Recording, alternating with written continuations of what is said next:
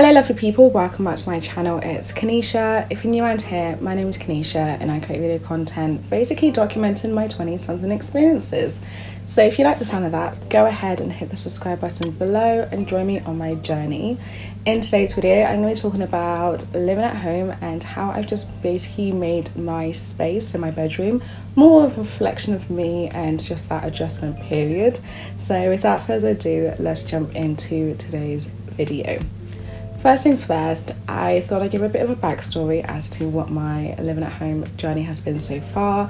So March 2020, when the pandemic started, I was actually really ill, so I had tonsillitis at the time. So I figured, since there's a lot of uncertainty, nobody's got really any idea about what's going on, I'll just go back home for a few weeks. So I didn't pack that much, just sort of to ride out the first few weeks of uncertainty.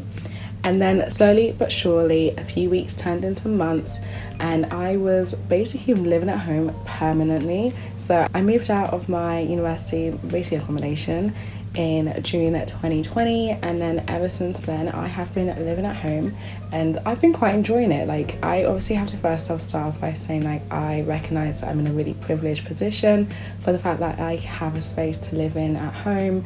That's my own space and I am in a comfortable and safe environment. So, you know, I actually have a great time living with my parents. I get on with them and it's been really nice. So I definitely recognise that's a privilege in itself.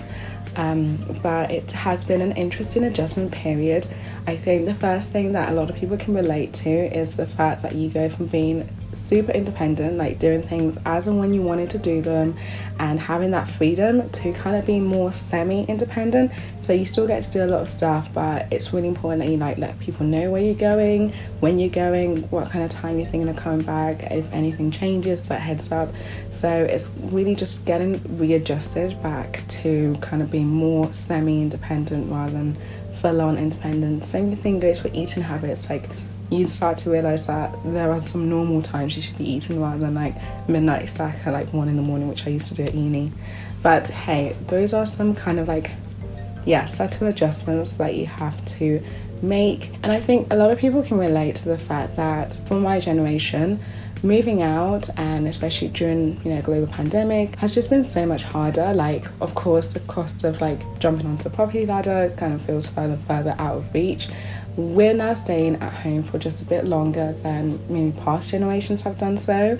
And I think the first thing to say is, like, it's so normal that a lot of people, young people, are living at home, are staying there for a bit longer, just because, you know, renting is so expensive. We can now work from home, so like, why do you need to move out to somewhere further away when you can just be at home? Like, there's just so much more considerations that we have to take before making that leap of faith and moving out of home and being, you know, taking that next step. But I think, like, looking back when I had just come home, I think when I graduated, I've put so much pressure on myself to find a job and kind of look at the job as being that segue into the next chapter of my life. Like, I had to adjust from the version of reality that I'd wanted for myself when I was at university. So like, get a graduate job, move out, go to whatever town that graduate job is in and start my adult life.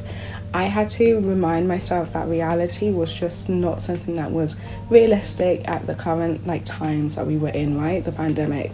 So I needed to coach myself out of that and take the pressure off of my shoulders to look for a graduate job and to look for one that would allow me to travel further and recognize that, you know what, it's okay to get a job that is in the town I'm living in, and just really accept just the new terms of like where I'm at right now. I think another reality that a lot of graduates or people who've moved away from a long period of time and coming back to the family home is just like recognizing that you might be coming back home to your childhood bedroom. So this is a place where you've spent very long periods of time growing up there, and it's a reflection of a time that you are not in anymore and is a time capsule. So readjusting to being an adult in a childhood space is just really trippy, I can't lie. Like, it's a bit confusing, but even for me, I'm kind of lucky because my parents moved to where we live now whilst I was at university. So it's not so much childhood, but it's definitely like a space of like, in between uni, I was coming back and it was more of a guest room and a guest area because I'd never stayed here for that long. So coming back and having to sort of just make it my room, make it a space that I enjoy being in and can see myself reflected, that was definitely an adjustment period, throwing in the fact that you now have to work from home. So, you know, people are working from home from their childhood bedrooms, and that's a really hard adjustment, and it's something that a lot of people are familiar with and are kind of living that same reality. So I've talked a bit about what the realities of moving back home are and some adjustment points I had to make, but let me share with you what I've done to make my bedroom, because that's my main space. Like, I work from here, sleep in here, sometimes I'm chilling in here. What I've done to sort of make this space my own, and maybe it might give you some ideas on what you could do for your own space. First thing that I'd highly recommend is actually a mindset shift. So if I look back at the first 5 months of living at home, I was just constantly in that state of temporary. So I looked at my room as like, hey, I'm only going to be here for a few months. There's no point in me, you know, putting art on the wall or just changing stuff and spending money on making the space my own if I'm only going to pack this up and go to the next space. But after some time went by, like, you know, after that 5-month mark, or even I think a bit earlier than that, I was just like, do you know what, I'm going to be here for a lot longer than I anticipate, but let this space be more of me rather than maybe how my mum would have styled it or what she would have preferred it to look like. So that's when I started to make investments into my room. So starting with my bed sheets, so I got a bunch of sheets that I liked in the colour scheme that I liked and reflected me, and also bought a ton of cushions to go on my bed. And I just felt like this made it, well, personally I love a lot of cushions, it just looks very aesthetically pleasing, but these were the small touches that I was like, do you know what, let me invest in making this nice, and also I can take that with me when I move on to my next place. I looked at my chest of drawers and thought, rather than leaving that bare, I could sort of add some display items. So when I went to IKEA with my friend Mayfair, we were kind of like on the hunt on how could we basically bring up this bare display area and add some items, add some art, decorations, or things that could just make it look less bare and less like a place to just clutter and add loads of items. So that's when I spotted the vase and this like wooden tree thing, like I don't know what to call it, but as you can see, that just really brought the space together and really avoids me from cluttering it and adding a lot of items. And I'm sure as I show you more of my room, you start to notice a bit of a theme. So I love neutral colours, light colours, even this blush pink duvet. All of these items just sort of felt like, yeah, this is what feels like my space. And then the next thing that I tackled was this wall behind me. So you can see it here, but I want to show you some photos of exactly how it looks like. And I imagined this being purely blank, and I was like, oh, you know what? I feel like there could be something in there. Like, as soon as someone walks into my bedroom, I want them to look around and just be like, oh, that looks nice, or just be drawn to some of the things in my bedroom. So I started off by getting these 2 identical mirrors, and I got them from, I think it was The Range. They weren't too expensive, and it made the wall very symmetrical. And then I purchased some art from Etsy. I'd highly recommend you check out Etsy just because there were a ton of independent artists on there who are selling their work. And so I bought digital versions of these artwork for I think less than £10. Like, you get to print them off in whatever dimensions you want and also put the nice finishes you'd like. So I printed these out from Asda and then bought these black frames as well, as just to bring more elements to the wall and make it feel less bare.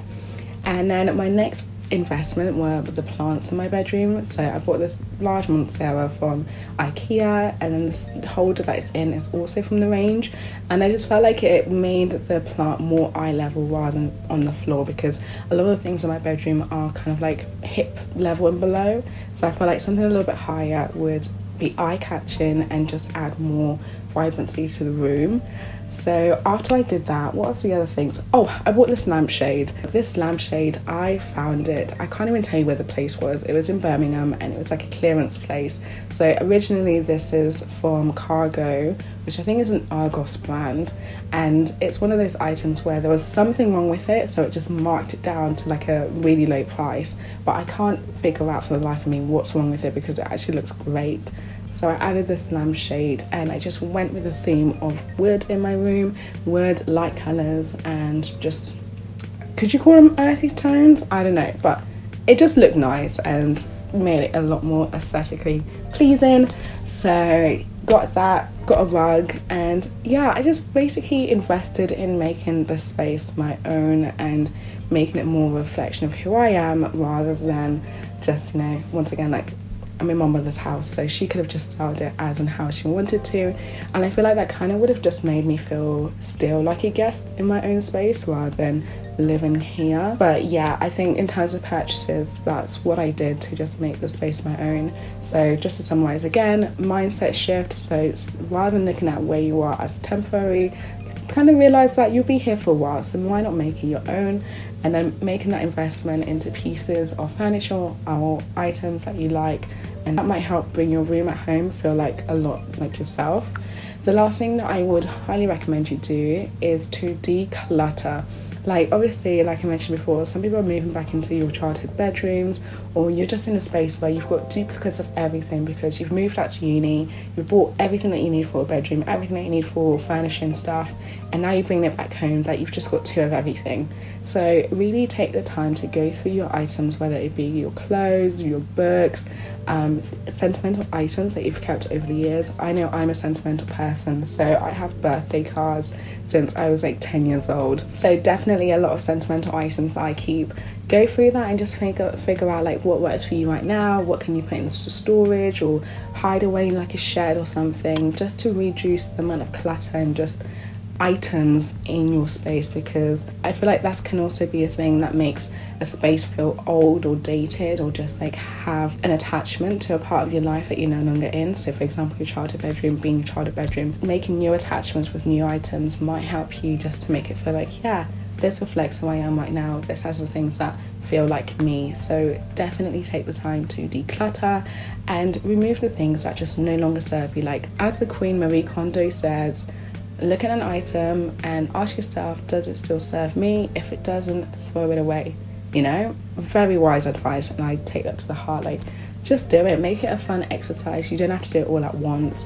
This can be something that you do over a period of time. I feel like that's what's helped me just to make my bedroom space feel like me, and just make this adjustment of living at home a lot easier, and something where I have what feels like my own space. So hopefully this might give you some ideas on what you could do to make the space that you're in right now your own, if possible, and just to help this transition period. But honestly, just to end on, I just need people to understand, like, it's so normal to live at home. It's something that, of course, it's so normal, but it's also a privilege. Like, if you're able to do this, like, why not stay as long as you can, just so you can save up money or just reduce the stress on yourself? Because the cost of living is going up. I know we've all seen the energy prices and all of that sort of stuff, so why hurry to put yourself in a really tight spot?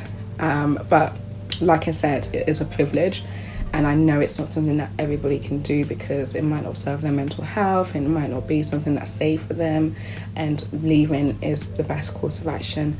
But to people who are able to be at home and to feel comfortable being at home, these are things that have helped me to make the space my own, and to just, kind of bring longevity into the time that I'm at home and feel more comfortable.